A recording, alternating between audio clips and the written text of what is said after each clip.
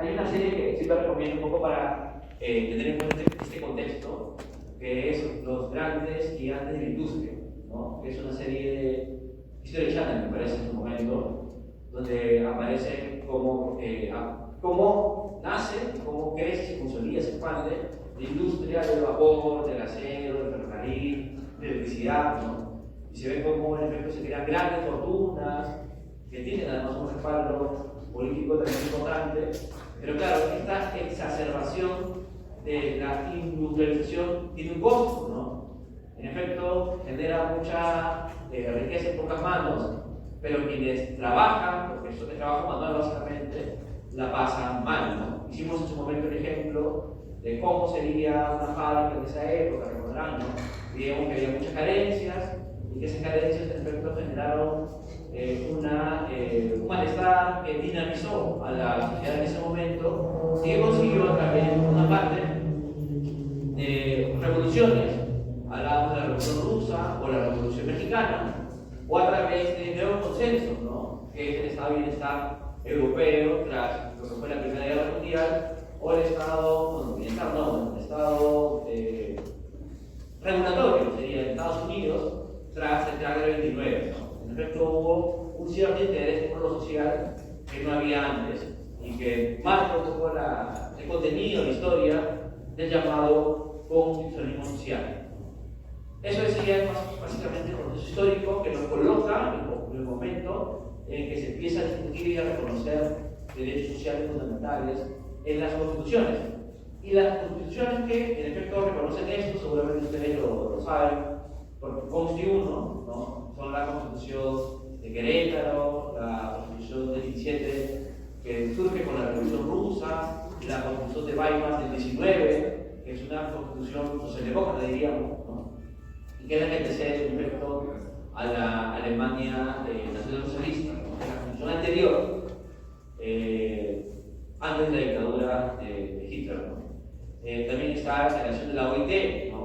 Dentro de los primeros derechos reconocidos a nivel mundial no está la declaración de los derechos ciudadanos que aparece luego de la Segunda Guerra, como lo hemos comentado ya ampliamente, sino aparecen en efecto los derechos laborales, porque en efecto había un gran movimiento de trabajadores dinámico, activo, que venía también a la par con este malestar que tenían los obreros en todas partes del mundo, y una forma de evitar también el avance del comunismo fue el hecho de reconocer derechos, implementar condiciones laborales, jornadas de trabajo, que tuvieran en cuenta también algunas condiciones mínimas para los trabajadores, ¿no? Es un fenómeno que permitió, digamos, detrás del consumismo social hay revoluciones en efecto, y por otra parte hay contención de revoluciones, ¿no? A través de un Estado que se compromete con lo social y que genera también algunas prestaciones mínimas, elementales, que terminan, en efecto, en Europa, ustedes lo saben bien, con un estado de bienestar que asegura una educación pública mínima, un sistema sanitario decente,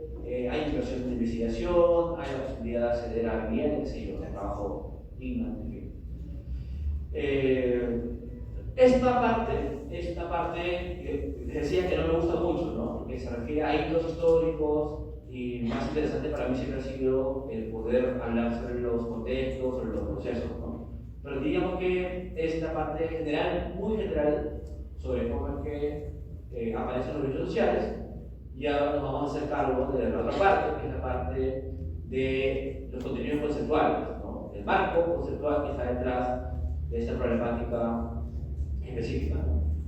Como también conversamos en su momento, cuando uno piensa en ese contexto donde surgen los derechos sociales, que es básicamente inicio del siglo XIX hasta la mitad del siglo, no, perdón, 1900, ¿no?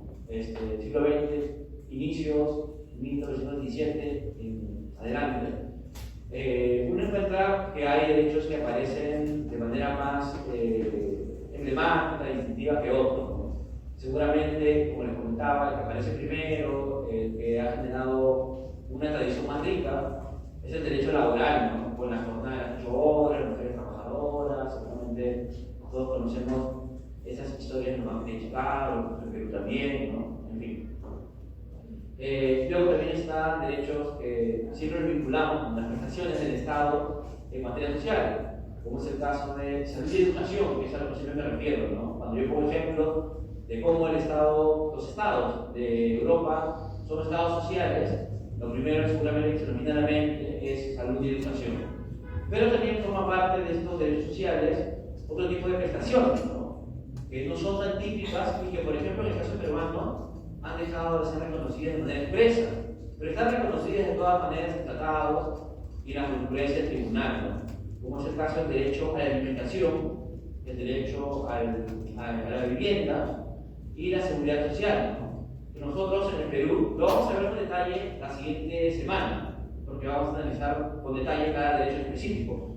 Pero nuestra manera de entender la seguridad social es como una pensión, ¿no? Cuando uno piensa en el seguro social, piensa que va a recibir una pensión una vez que se jubile.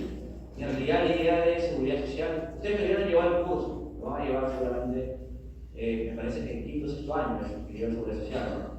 En ese momento van a ver que esto implica otro tipo de coberturas frente a cualquier contingencia de la vida, como ser madre, como quedar en una situación de discapacidad, como la vejez, como el desempleo, ¿no? Ustedes ven que en otros países una persona que es desempleada va a una institución pública y le dan un seguro de desempleo. Un tiempo en el que consigue trabajo y tiene que presentar el formulario, hay un momento en el que el Estado le da una subvención para que la gente se pueda reinsertar, ¿no?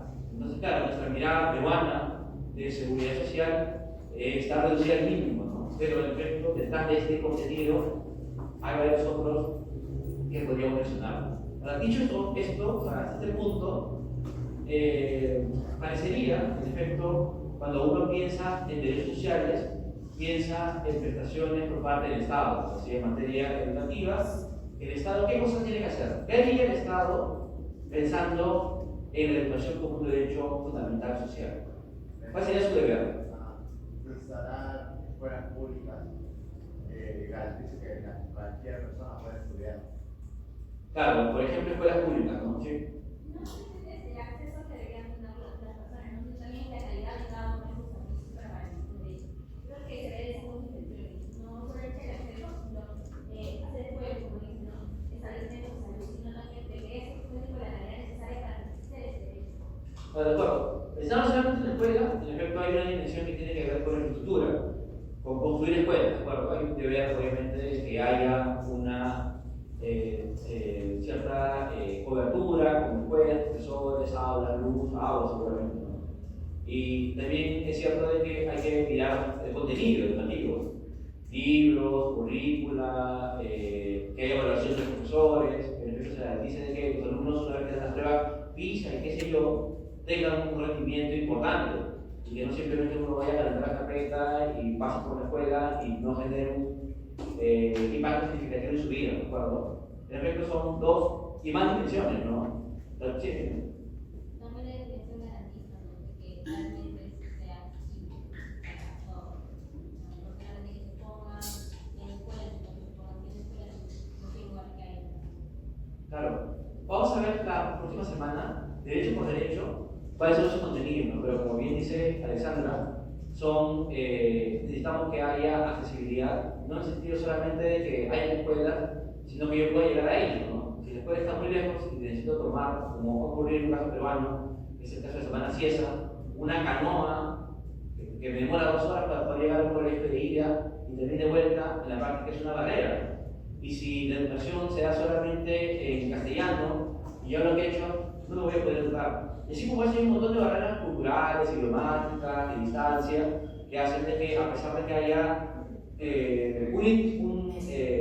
una primera propuesta por parte del Estado para cubrir el derecho, puede ser insuficiente si nosotros tomamos en cuenta todas las variables. Eso tiene que ver con vivienda, con alimentación y con salud también, ¿no? Lo vamos a ver también la siguiente semana. Pero la pertinencia cultural, por ejemplo, también tiene que ver con el contenido de los derechos sociales. Esto siempre dentro del ámbito de la prestación. También hemos conversado en clases pasadas que cuando pensamos en un derecho fundamental, en el bien protegido por el derecho de educación, salud, en realidad hay varias posiciones jurídicas que pueden verse comprometidas. Estamos hablando, cuando pensamos en esta problemática que vamos a analizar en esta sesión, de los derechos sociales, estamos pensando básicamente en qué tan difícil es que el Estado, en cuanto a prestación, en cuanto a un bien costoso, pueda financiar los derechos. Pero lo que decía en clase pasada es que la educación, o el trabajo, o la salud, qué sé yo, son también objeto de otro tipo de posiciones que se encuentran garantizadas, ¿no? Por ejemplo, les decía, la educación puede ser también una libertad, no solamente una prestación por parte del Estado, sino también una libertad. El trabajo también. Por ejemplo, hay libertad de trabajo. ¿Recuerdan? Lo hemos comentado cuando vimos libre desarrollo de personalidad, un contenido protegido en que una persona pueda decidir de qué se quiere desempeñar. O libertad educativa. Los padres tienen el derecho a escoger la escuela de sus hijos. Está garantizado de esa manera la Constitución de manera expresa. Hoy les decía libertad de cátedra, en mi caso. Es una libertad vinculada con el ámbito educativo. Sí.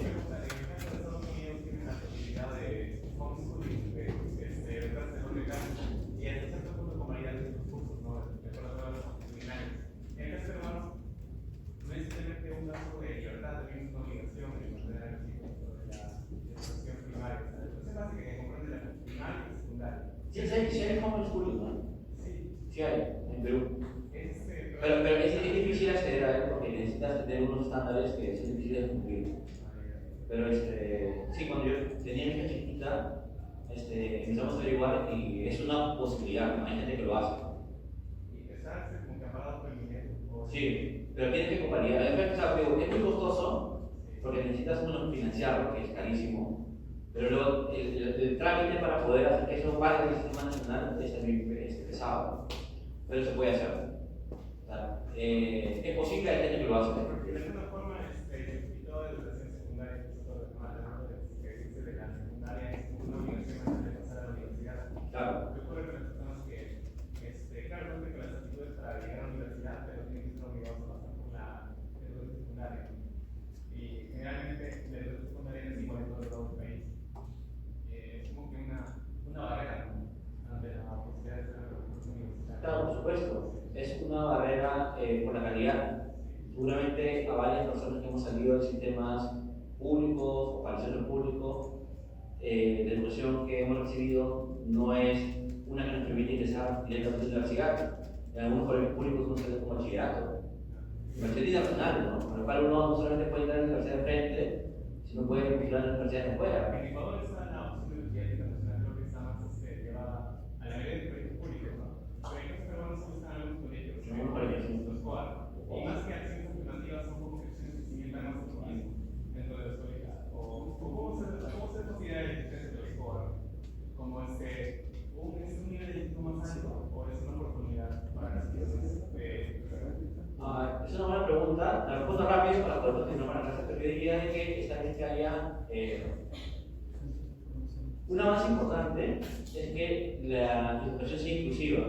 Por tanto, dentro de un espacio escolar puedan haber personas con diferentes habilidades, ¿no? Porque antes lo que había era, si una persona tiene una capacidad o una capacidad diferente, como se decía en ese momento, entonces tenía que ir a un colegio de personas, no te puedes mezclar con las personas normales que tienen un colegio especial, por decirlo de manera cruda. Esa era la respuesta que daba el Estado. En cambio, lo que ahora se hace es que trata de incorporar, porque los colegios tienen un contenido, tienen la obligación de ser inclusivos a personas a pesar de que tienen capacidades diferentes, e incluso se prevé la posibilidad de que haya acompañamientos internos. Las situaciones de los colegios especiales son para situaciones que sean muy desiguales, ¿no? Es lo ideal que dentro de un colegio haya personas con diferentes capacidades cognitivas. También es cierto, como digo que hay colegios especiales, situaciones especiales, también hay lo mismo para las situaciones, es como la campaña de Gauss, ¿no? Para el que la campaña. Que no estoy seguro que sea el colegio, hay algo que se llama EPAIN, que es un programa tipo colegio para personas con altas capacidades. Ahí está descuidado eso, ¿no? Estoy seguro que San Marcos precisamente es un nido de personas con altas capacidades que no tienen ni idea qué hacer con sus habilidades y que terminan en educación pública haciendo lo que pueden, ¿no? Es un problema, pero sí creo de que debería haber un espacio que permita identificar personas con talentos y que esos talentos sean potenciados. Me parece que cualquier Estado mínimamente razonable debería tratar de generar, sacar lo mejor de las personas, ¿no? Y eso no ocurre en el colegio. Digo que no creo que sea eso exactamente lo que son los POA o los colegios del presidente de la República, ¿no? Porque ese premio más bien al chambón que a la persona que tenga una capacidad diferente, ¿no? Y eso no estoy seguro que sea distinguirlo diferente, sino puede generar, como tú dices, un espacio elitista que quita oportunidades para los otros, ¿no? Por eso ahí tengo todavía una duda sobre si es algo positivo, ¿no? Pero bueno, ¿qué puedo hacer con esto? No, sí, creo que es funcional. Cuando ocurrió en el seguimiento de una serie de proyectos con unas promociones, se pensó acabarlo, ¿no? Pero ante la negativa de los padres, de los alumnos, se continuó. Pero se continuó como proyecto, ¿no? No como una consolidación, así como una alternativa, ¿no? Inclusive tiene una propia dirección dentro del ministerio, diferente a la de los colegios que van a regular. Ahora, como proyecto, me parece que es interesante lo que se logra dentro de un colegio signo. Entonces creo que podría ser más bien un piloto de cómo deberían ser las actividades escolares, por ejemplo, ¿no? Algo así. O sea, eso que está ahí, eso es lo que el Estado debería desarrollar a las personas en general, y no como un privilegio, ¿no? O sea, no es que esté mal, es que está mal todo lo demás, ¿no? Eso de repente es un poco lo más realista que puedo decir. Hay una cuestión, digamos, que ya hemos tocado de manera general cuando hemos visto la generación de derechos, ¿no? Se les comentaba de que hubo un discurso conocido en que los derechos de primera generación son como los más evidentes o como los más importantes respecto a alguna ideología o algún tipo de discurso, ¿no? Explicamos de que no lo son, que es una cuestión que va surgiendo en diferentes contextos históricos, por eso que se hablan de primera y segunda generación, una aparece antes que la otra, pero una cuestión que también es importante destacar tiene que ver con la fundamentación. Y en efecto, a pesar de que, como seguramente ustedes imaginan, como hemos dicho de manera genérica en la clase de dignidad, pareciera de que todos los derechos fundamentales, por igual, tienen una fundamentación basada en la dignidad, ¿no? Y la dignidad, típicamente, está más vinculada a los derechos más personales, ¿no? Es obvio que con dignidad no se puede fundamentar todo, ¿no? Hay derechos como derechos de los pueblos indígenas, por ejemplo, ahora derechos de la naturaleza, conversábamos un ratito antes, o derechos de acceso a información pública, que son importantes, pero que no tienen una relación directa con el valor de la persona como ente, por un valor intrínseco, ¿no? Sino hay otras razones que también justifican los derechos. Muy bien, además de esa cuestión de que la dignidad lo fundamenta todo, como he dicho, es la vieja confiable, que conseguirnos acá lo que le apetezca. Es cierto de que hay una relación más directa entre los derechos sociales y otro tipo de bienes o valores, ¿no? Eso aparece en varios de estos libros, ¿no? Uno es algo que ya hemos pasado en un momento, de las necesidades humanas básicas. En efecto, casi siempre cuando se sostiene la protección de los derechos sociales, se habla de que hay algunas condiciones mínimas que una persona debe tener para poder desarrollar condiciones de vida adecuadas, ¿no? Para poder desplegar su autonomía de manera decente, para poder actuar de manera autónoma, básicamente. Lo otro es igualdad, ¿no? También ustedes van a encontrar varios libros, que no libros con los que yo estudié, ¿no? Por ejemplo, Pérez Moon, los peces barba, eran los libros con los que en mi época estudiaban derechos fundamentales. Y ellos explican que los derechos fundamentales están como en una intersección, ¿no? Entre valor igualdad y valor libertad. Y también está ahí la democracia, la dignidad en general, ¿no? Entonces, los derechos sociales, se suele decir, son derechos que están más vinculados al valor igualdad que los demás derechos que hemos analizado antes, los derechos políticos, patrimoniales, libertades, inmunidades, que están más bien vinculados con el valor libertad, ¿no? No es que sean excluyentes, pero sí es que un hecho que el Estado, para poder justificar que hace algo en nombre de los derechos sociales, tiene que apelar a algún valor, ¿no? Y ahí está la discusión que seguramente ustedes hemos visto en Gnosis, ¿recuerdan? Cuando vimos libertarismo, él dice que los impuestos son un acto injusto, porque es una forma de robarle a algunos su propiedad individual para redistribuirla, ¿no? ¿Con qué derechos? Ahí no te parece valor igualdad. Yo lo hago, no, o sea, sé que estoy afectando la libertad de una persona, pero lo hago en nombre de tratar de mantener una sociedad más igualitaria, ¿no? En términos globales, donde todos tengan un piso común mínimo y no haya diferencia marcada. Entonces, la diferencia también pone en riesgo la democracia, genera una situación de disparidad, ¿no? Entre unos y otros, en fin, ¿no? Bueno, ya hablamos del tema de las generaciones. Acá dice derechos históricamente situados, y creo que es un ejercicio que este año hicimos al momento de hablar sobre dignidad, ¿no? Y sobre derechos de primera generación o segunda generación. Seguramente lo podemos revisar, pero yo creo que lo hemos conversado acá, que es este ejercicio que se llama contrafáctico de qué pasaría si es que no hubiéramos, o sea, si es que nuestra forma de concebir los derechos no hubieran empezado con una revolución liberal, se hubieran empezado de otra manera. Lo hemos hecho acá, sí, ¿no? ¿Qué hubiera pasado si es que el Imperio Inca, en vez de ser invadido por España, más bien era invadir España y se imponía, ¿no? Tenía un libro que trata ese análisis contrafáctico, ¿no? Si hubiéramos discutido los derechos identitarios, ¿qué es lo que hubiéramos puesto por delante, ¿no? Si no hemos conversado acá. En efecto, los derechos sociales que aparecen como de segunda generación, postergada, como secundarios, como complementarios primarios, en realidad no lo son así, ¿no? Cuando uno piensa con claridad, eso tiene que ver con las tres necesidades básicas, son los derechos más elementales. Cuando uno piensa en vivienda, en alimentación, está pensando en mínimos para sobrevivir, y no está pensando en algo demasiado fino, demasiado elocuente, demasiado ostentoso, ¿no? Está pensando en los derechos más elementales para la supervivencia, seguramente comparable a vida o actividad física, ¿no? Y cuando uno piensa en los demás derechos, en propiedad, en libertad de expresión, libertad de religión, libertad de imprenta, comercio, industria, son derechos que aparecen después, ¿no? Una vez que yo sobrevivo, recién es que puedo ejercer los demás derechos. Entonces, esta idea de derechos sociales, que la vamos a ver en la siguiente diapositiva, ¿no?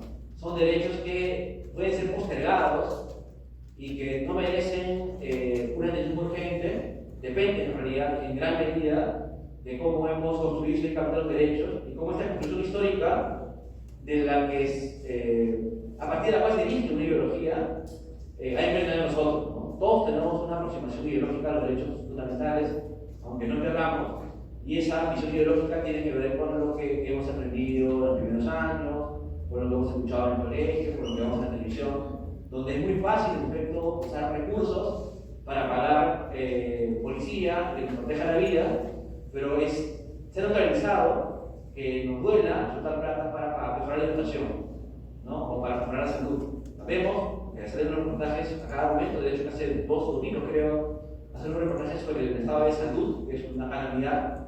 Y nos parece, bueno, es ahí la queja no es tanta como seguridad, por ejemplo, ¿no?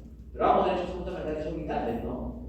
No sé cómo estarán sus familias, ustedes de salud, pero las personas cuando van al seguro, al sistema público, se mueren, ¿no? Y eso no está bien. Y hemos normalizado eso, ¿no? Hemos normalizado como una pandemia. Eso está mal, ¿de acuerdo? Pero es un poco la lógica a la que nos hemos acostumbrado. Bien. Decía que la forma típica de entender los derechos sociales tiene que ver con estas afirmaciones que tienen una gran parte de verdad, ¿no? No es que estén mintiendo, importando, pero que también hay que leer con cuidado, ¿no? Entonces, una primera característica que se le suele atribuir a los derechos sociales es que son prestacionales, ¿no? Tienen esta estructura que implica que el Estado haga algo de algo con respecto a los demás. Es una estructura prestacional, a diferencia de los llamados derechos de libertad o derechos de abstención, ¿no? De no interferencia, que son los derechos de libertad. Cuando tenemos un derecho de libertad, el deber del Estado es no ser. Cuando tenemos un derecho prestacional, el deber del Estado es dar o de hacer, ¿de acuerdo? La pregunta que les hago entonces es, ¿los derechos sociales tienen como características ser profesionales o no? Sí, ¿no? Claramente sí. La pregunta más interesante es, ¿los derechos sociales son los únicos prestacionales? Porque pareciera que los derechos sociales, cuando uno piensa, son los prestacionales, ¿no? Uno piensa en prestacionales, derechos sociales. Pero los derechos de libertad, los de impunidad, los de propiedad, los de las autoridades económicas, ¿son prestacionales o no? Claro, lo que hemos dicho, y les pido que lo recuerden siempre, es que todos los derechos fundamentales hacen referencia a un bien. Y la manera de proteger ese bien es usar diferentes posiciones, diferentes estructuras. Uno puede usar para proteger un derecho, decía, inmunidad, puede usar libertad, puede usar potestad, puede usar prestación, ¿de acuerdo? Y lo hemos conversado antes, cuando uno piensa en el derecho a la vida, creo que dijimos, ¿no? Uno piensa en el derecho a la vida, ¿cómo se protege la vida? Lo primero es no matar. El Estado tiene el deber de no matar, es un derecho de inviolabilidad, ¿no? No violar el bien protegido vida, ¿de acuerdo? Pero, ¿qué más puede significar vida? Puede significar vida digna. Y la vida digna implica una implementación por parte del Estado para asegurar un estándar mínimo de vida. ¿Y qué significa? ¿Cómo el Estado protege la vida incluso como no matar? Ya no como prestación social, sino como no matar. Es un derecho que se protege solo, basta con no matar. ¿Cómo el Estado protege la vida como mantenernos vivos? ¿Cómo lo hace? Claro, hay normas penales que castigan el derecho de vida. Y hay policía en la calle protegiendo la vida y la integridad de las personas. Y así por el estilo, igual podemos decir con respecto a la propiedad. La propiedad es un derecho económico, una competencia, una potestad. ¿Cómo se protege? Se protege con normas que castigan el robo. Se protege con normas del Código Civil que prevé cómo es el tráfico comercial del objeto de propiedad. Se protege a través de un sistema de registros públicos que permita garantizar el conocer quién es proteger y quién no. Y si hay una disputa, me voy al Poder Judicial. El Poder Judicial cuesta plata también, mantenerlo, cuesta un montón de plata. Y tengo un sistema de justicia, y tengo un policía que pide la propiedad, si me roban, la policía va detrás, y debe ser adelante. Hay un montón de recursos disponibles para proteger la propiedad. Es un contenido prestacional también. ¿De acuerdo? Por tanto, en general, los derechos, igual los derechos políticos, cuestan un montón de plata. Hemos conversado al primer plano. ¿Cuánto cuesta una elección? Siempre se quejan, cuando quieren convocar a la Asamblea Constituyente, que ya habrá pronto, dicen, no, pero cuesta mucha plata, es una elección más, ¿no? Pero, ¿qué? Un referéndum. Claro, un referéndum.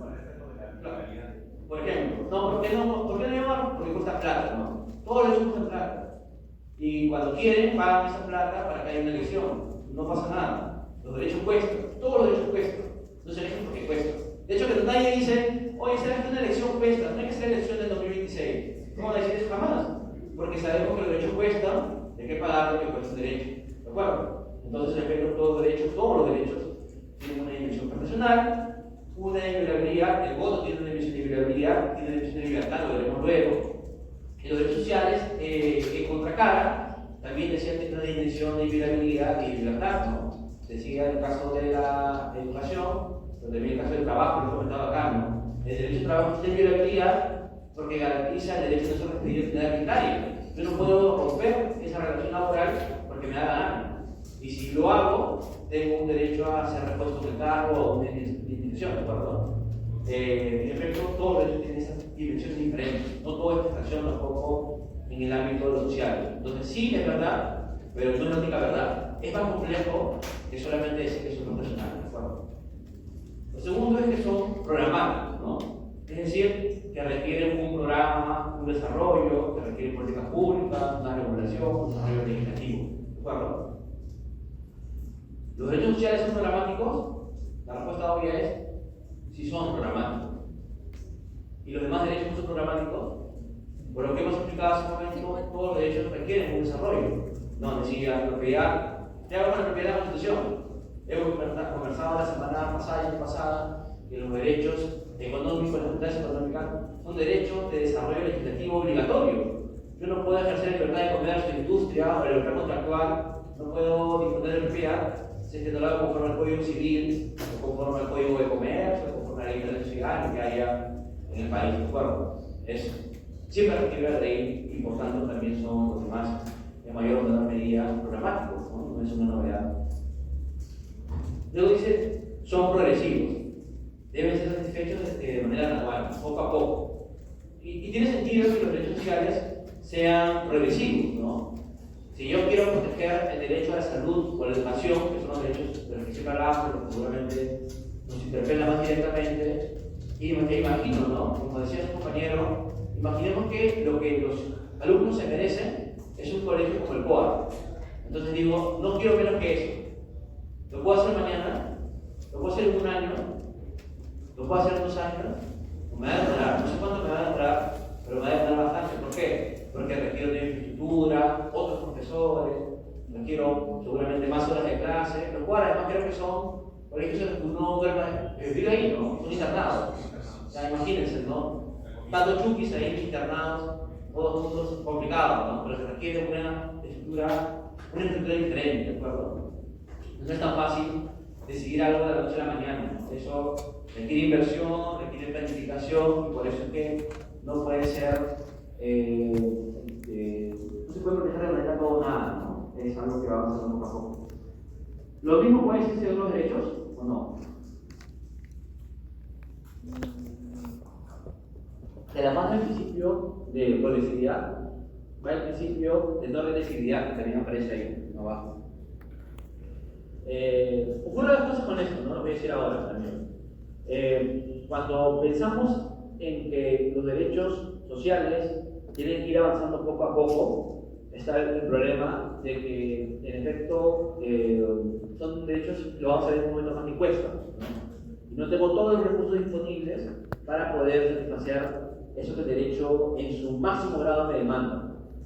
Pero también es cierto de que uno puede poner eso como excusa para no cumplir con el derecho. Que no tengo recursos, y el siguiente año tampoco, y el siguiente año tampoco. Eso ha llegado a ser tribunal. El tribunal dice que no puedo poner como excusa la ausencia presupuestaria este año. Pues por supuesto el siguiente, pero no puedes prolongarlo sin que diga, ¿no? Sin fecha, la posibilidad de poner el presupuesto que le corresponde para dar un paso más. Es progresivo, pero no es estático.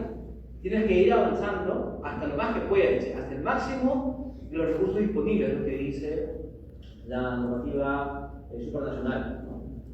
Y luego está el principio de no regresividad. Es progresivo, voy avanzando, y una vez que avanzo, ya no puedo retroceder. Ese es el estándar nuevo que he alcanzado, y es el estándar que el Estado debe asegurar. No menos que eso, ¿de acuerdo? Con ocasión de la pandemia, ha habido decisiones que veremos la siguiente semana en las que eso se ha revisado, ¿no? Porque en efecto lo que tuvo que hacer el mundo, no solamente los estados, es redistribuir los recursos.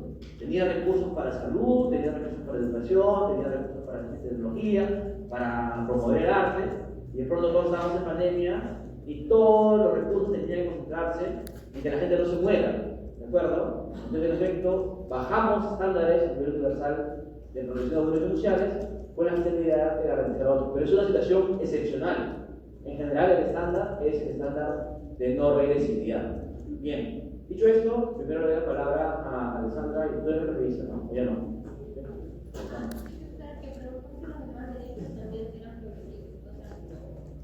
Progresivos en el sentido de oportunidades presupuestarias, no, pero tal vez podremos hacer la comparación. Yo diría, sí son progresivos, pero con otras palabras, vendría a ceñirse a la participación de derechos adquiridos, ¿no? O sea, sería su aliado.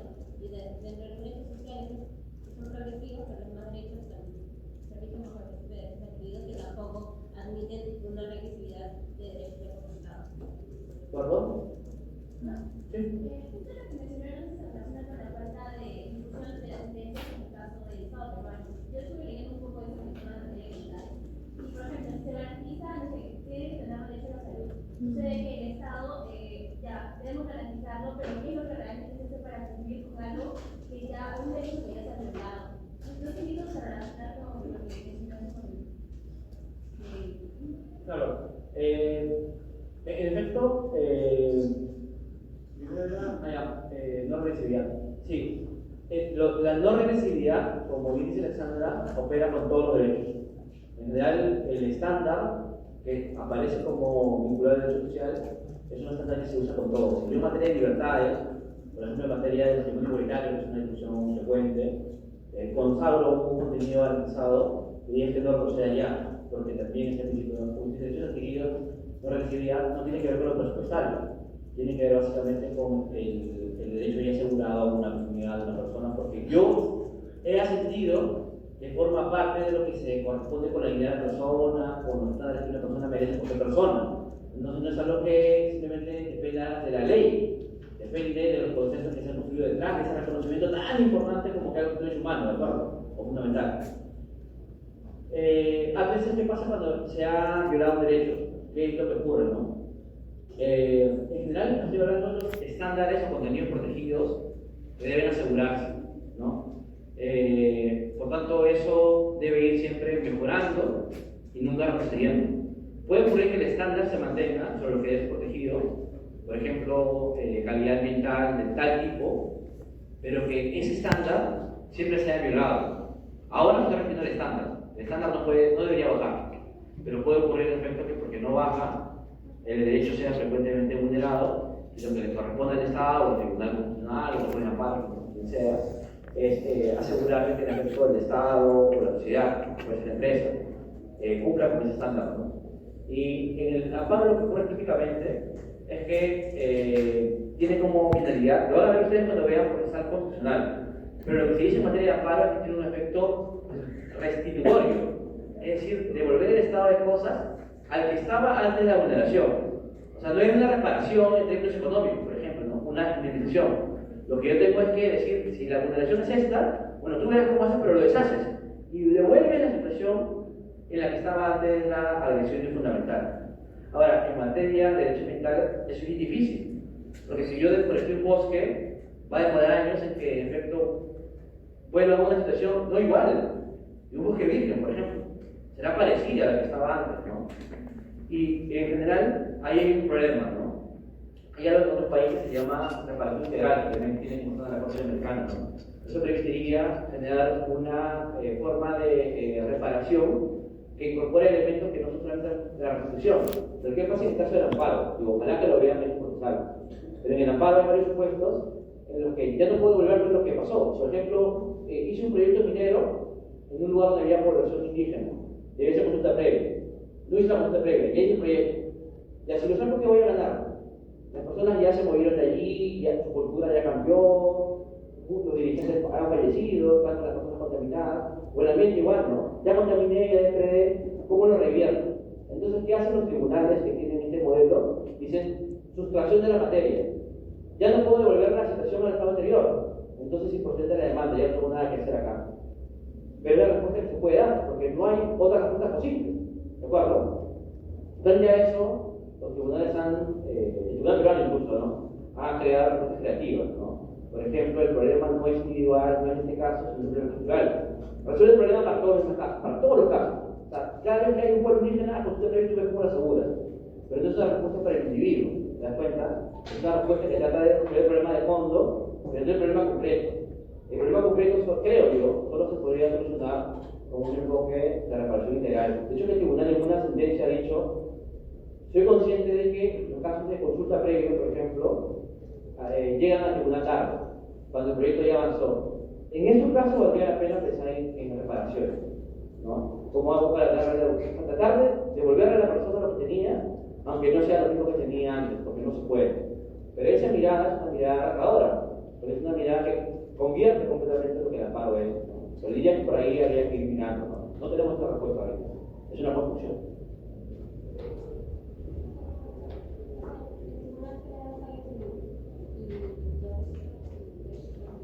¿Cómo se puede decir? Allá. En Estados Unidos hay varios inhibitorios cuando, o sea, en el sentido puro de inhibitorio, ¿no? Hay un asunto demasiado complejo sobre el que no hay una respuesta pacífica y yo resuelvo no resolver, así se llama.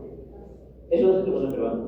Lo que hace el tribunal peruano es declarar improcedente la demanda porque carece de objeto pronunciarse sobre algo que ya. Es como piden la libertad de una persona y la persona fallece. No tiene objeto pronunciarse, no porque decida no resolverlo, es una cuestión diferente. Es porque carece de objeto resolver. El objeto litigioso ya no está. El derecho fundamental ha sido violado de manera que no hay forma de repararlo. Ese es un problema diferente. No es que decía políticamente no resolverlo, sino lo que está diciendo es, estoy resolviendo, Y lo que resuelvo es que no hay objeto. Lo que está en discusión ya no existe. Ese es el problema, que es más trágico en realidad, ¿no? El otro asunto es que los derechos son costosos, ¿no? Él decía, siempre hay la excusa de que demanda demasiado dinero por parte del Estado y por tanto hay una objeción para su plena protección. Ya hemos conversado antes, no lo voy a repetir, que si todos los derechos son proporcionales en algún punto, también es verdad que todos los derechos son costosos en algún punto, ¿no? Son costosos y gastamos esa plata y no pasa nada. Pero si nos parece raro, quitamos, salen los liberales reclamando, están gastando mucho y salen directos y motosierras, ¿no? Y quieren hacer recortes en cosas, en ministerios, ¿no? O funcionan ministerios, que está de moda ahora, ¿no? En realidad los derechos cuestan y lo que tenemos que hacer es ver cómo los financiamos, ¿no? Es cierto que la plata del Estado se desangra por todas partes, pero no solamente por los derechos sociales.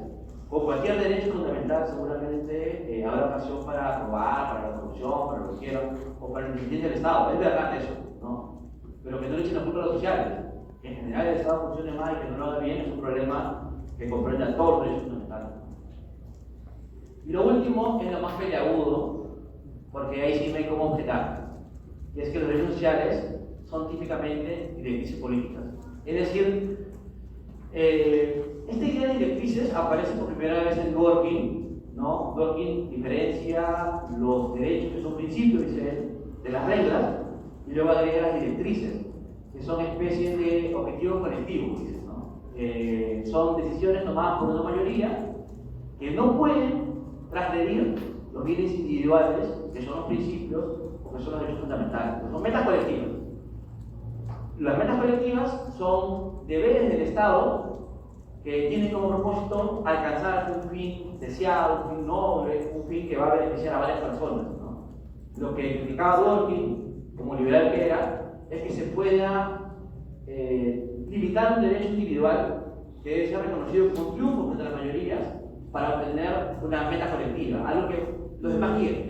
Yo no puedo justificar el lograr algo para los demás sacrificando a un individuo. Los derechos son precisamente para eso, para hacer un muro de contención, para hacer un triunfo, una carta de triunfo, dicen, ¿no? Frente al Estado, a través de metas colectivas, directrices, policies, ¿no? O políticas públicas serían, ¿no? Policies. O a través de un, de lo que resuelve la mayoría. No deberían ser eso los derechos. Decía, eso es bueno, pero en general cuando uno piensa en esas directrices políticas, en esas políticas públicas, uno puede pensar típicamente en los derechos sociales. Y ahora vamos a explicar por qué. Esto que sigue a continuación, esto, no lo hemos visto acá, no lo hemos visto en el tema. Eso es un cuadro que aparece en este libro que se llama La pieza del derecho, ¿no? Es un libro que escribió en su momento Manuel Atienza y Juan Manero, que son los Escuela de Alicante, ¿de acuerdo? Este libro fue fundamental porque en efecto permite que ellos dos participen en el diálogo universal en materia de teoría y filosofía del derecho. El libro y la tesis es muy interesante, ¿no? O sea, nosotros estamos acostumbrados, lo hemos conversado en algún momento, a entender que todas las normas son reglas o principios, ¿de acuerdo? Eso es insuficiente, ¿no?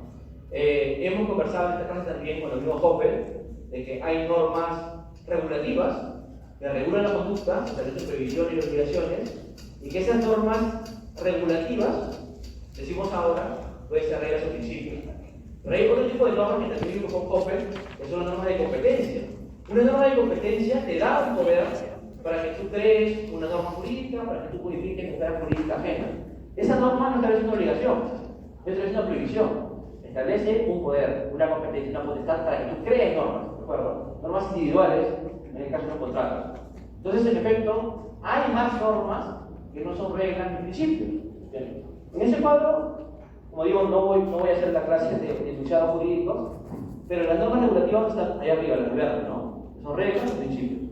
Decía, las normas regulativas son normas que no le gustaron las normas regulativas, pero son normas que establecen prohibiciones, permisiones o obligaciones, ¿no? Las normas no constructivas son normas que confieren poderes y competencias, las normas puramente constructivas, ¿no? El ejemplo típico es la norma que dice la capital de Lima, la capital del Perú es Lima, ¿no? O es ciudadano aquel que tiene más de 18 años. No crea ninguna competencia, pero constituye algo, constituye la capitalidad o constituye la ciudadanía. Por su solo anunciamiento le da constituye algo, ¿de acuerdo? Crea algo de nivel jurídico, ¿no? Expresan normas, bueno, hay que expresan el uso de poderes normativos, hay valores, definiciones, también forman parte del derecho, ¿no? Por ejemplo, la bandera del Perú es roja, blanca, roja, ¿no? Es una definición, ¿qué es la bandera del Perú? ¿No? Eso no es una norma que impone una revisión, que impone una obligación, que establece un poder, en fin. Bien, nos vamos a quedar con la parte verde, normas regulativas, es decir, normas que regulan las conductas, típicamente establecen prohibiciones, permisiones, obligaciones, ¿de acuerdo? Decía que ese dicho de reglas y principios, las reglas son más acotadas, más precisas, los principios son más generales. De todas maneras, no haríamos una clase de argumentación jurídica o de filosofía de derecho. Pero lo que queremos decir es lo siguiente. Decía, reglas y principios. Lo que está acá es una división de los principios en dos. Lo que dicen aquí en Ruiz Manero es que los principios se pueden distinguir en principios en sentido estricto y en principios que son en realidad directrices o normas programáticas, ¿de acuerdo? Un principio en sentido estricto es, como también decía Borges o como dice Alexis, es como un derecho fundamental. Es una norma que tiene un antecedente derecho a la vida. Que tiene un antecedente abierto y un consecuente cerrado, ¿no? El antecedente casi siempre es el supuesto fáctico, por decirlo de manera simple, ¿no? Y el consecuente es la solución normativa que se le da al caso, la consecuencia jurídica, ¿de acuerdo? Entonces, cuando uno piensa en una norma que contiene un derecho fundamental, lo que dice Atienza es que siempre piensa de que hay un objeto regulado, pero no es tan claro, no. Uno encuentra un objeto regulado que no queda claro qué es lo que se regula, pero sí queda claro qué es lo que se ordena. Por ejemplo, dice el derecho a la vida. El derecho a la vida te dice que no debo matar. Lo que manda es claro, pero cuándo empieza, cuándo termina, si está permitido el aborto y en qué caso, eso no es claro.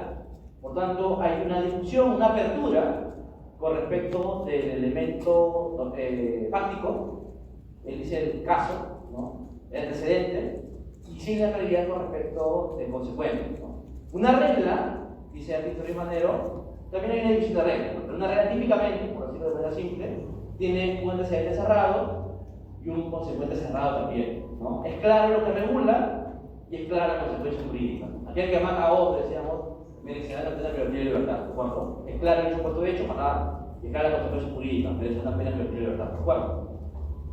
Para decirlo simple, ¿de acuerdo? Lo que dice es que además de los principios en sentido estricto, hay también directrices, decía, ¿no? Que son principios, otro tipo de principios. ¿Por qué son principios?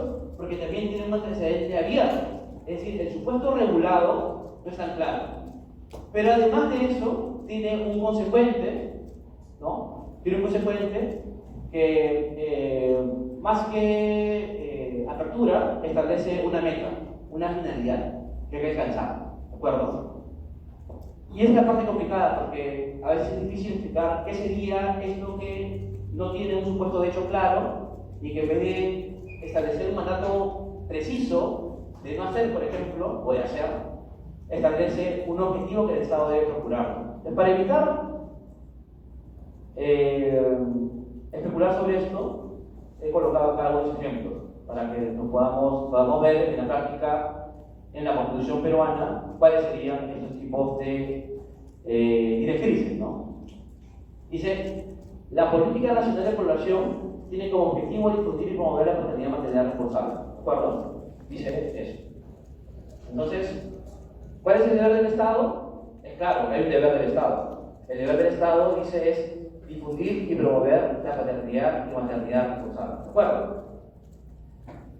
¿Qué es la paternidad y maternidad responsable? ¿Qué es el objeto? ¿No? Ustedes que ejercen y son hijos de la maternidad y paternidad responsable, ¿qué es la maternidad y la paternidad responsable? Ya, no lo ejercen, no importa. Pero lo importante es que tienen la idea clara, clarísima, de qué sería. El ideal regulativo. ¿Sí? Ya, pero ¿qué es? Porque necesitamos saber qué es para saber lo que la Constitución garantiza, lo que la Constitución quiere regular, ¿no? Es abierto, no sabemos qué. Pero digan algo.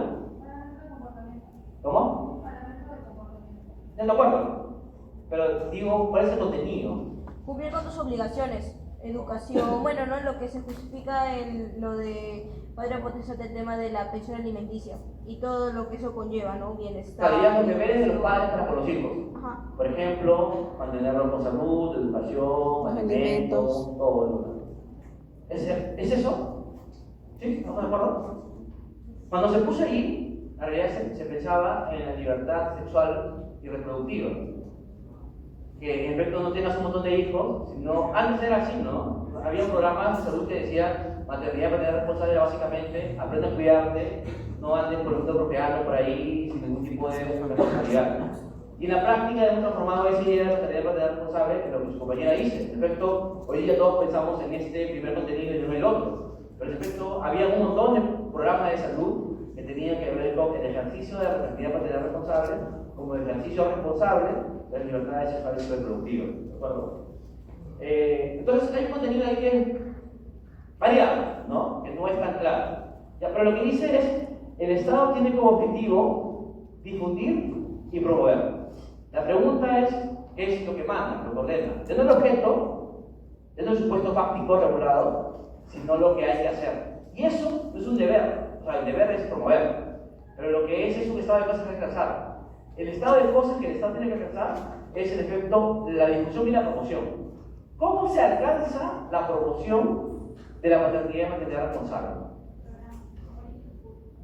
¿Con políticas públicas como cuáles?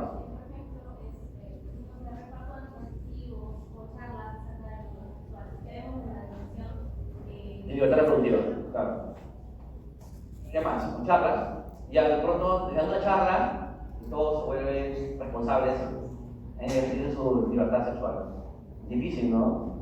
Pero puede ser. Es lo típicamente que es el Estado. ¿Qué más puede ser? ¿Cómo?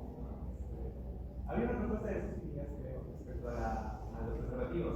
Claro, repartirlo por supuesto. Y ese parte no sé si razón. Es una propuesta sensata. Me parece más útil que de charlas, ¿no? Sí, completamente. Sí. Claro, en el momento que te acuerdas de la charla, a lo mejor, claro, no, de acuerdo. Ya, ¿qué más? Eso es con respecto a libertad sexual. Pero con respecto de lo demás, o sea, que los padres sean genuinamente responsables de sus crías. También pueden hacer charlas. ¿Qué más puede hacer? ¿Qué se puede hacer ahí? Regular penalmente, como lo hacen ahora, ¿no? Un registro de deudores morosos. Ya, pero eso es para los papás, bueno, ya esos ausentes, ¿no? Pero en general puede haber una mamá o un papá que no lo haga de todo bien, aunque no sea ausente. Nuestros papás tampoco son perfectos, ¿no? Un bono puede ser.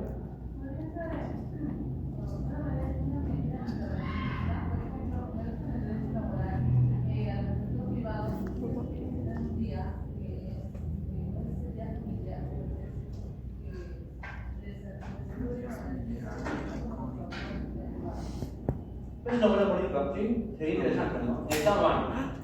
Pero podría haber algo así, ¿no? Este día es más, yo organizo algo para que no te vayas a jugar partidos, te vayas a estar con tus amigos, sino para que en efecto vengas a estar con tu familia y la pases.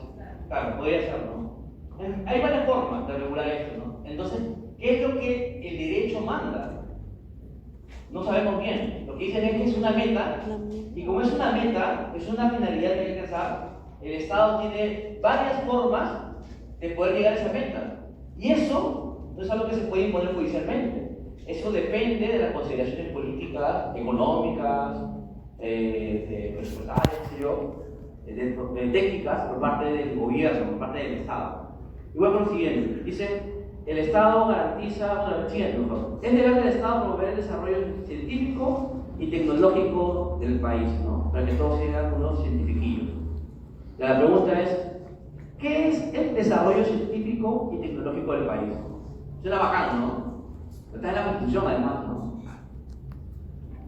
¿Qué es el desarrollo científico? Entonces, de nuevo, para no ser larga, es algo complejo, podemos tener diferentes miradas de lo que es el desarrollo científico y tecnológico, que es otra cosa diferente, ¿de acuerdo?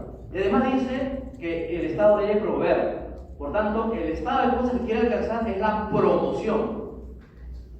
¿Cómo se promueve el desarrollo científico y tecnológico? Igual, se nos van a ocurrir un montón de ideas, ¿no? A través de programas semilla, a través de becas para estudiar ciencias puras en el extranjero, a través de abrir más carreras en lo que fuera. Hay un montón de formas de poder lograr eso, promover esto y llegar al estado en que se quiere alcanzar. Entonces, dicho esto, lo que se dice es que, en efecto, lo que critican a Título y Manero es que las directrices típicamente regulan derechos sociales, como hemos visto, ¿no?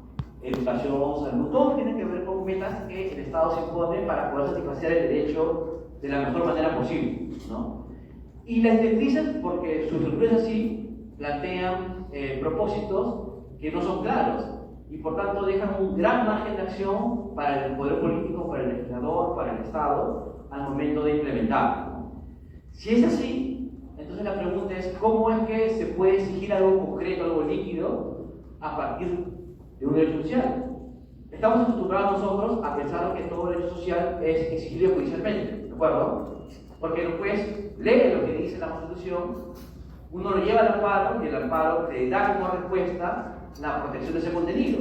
Pero si es una cláusula abierta, es una cosa que requiere precisión por parte del poder político. La pregunta es si se puede exigir eso judicialmente. ¿Qué dicen ustedes? ¿Se puede exigir judicialmente el contenido de un derecho social que está garantizado en una norma directriz, que no establece una medida concreta, sino que establece una medida que tiene una doble determinación, una doble ambigüedad, una apertura en el supuesto derecho de actividad regular y una apertura en la meta que se quiere alcanzar? ¿De acuerdo? Diríamos que, en efecto, esa parte es complicada y es algo que veremos tras la pausa. Son 7:20, volvemos a las 7:30 para poder seguir.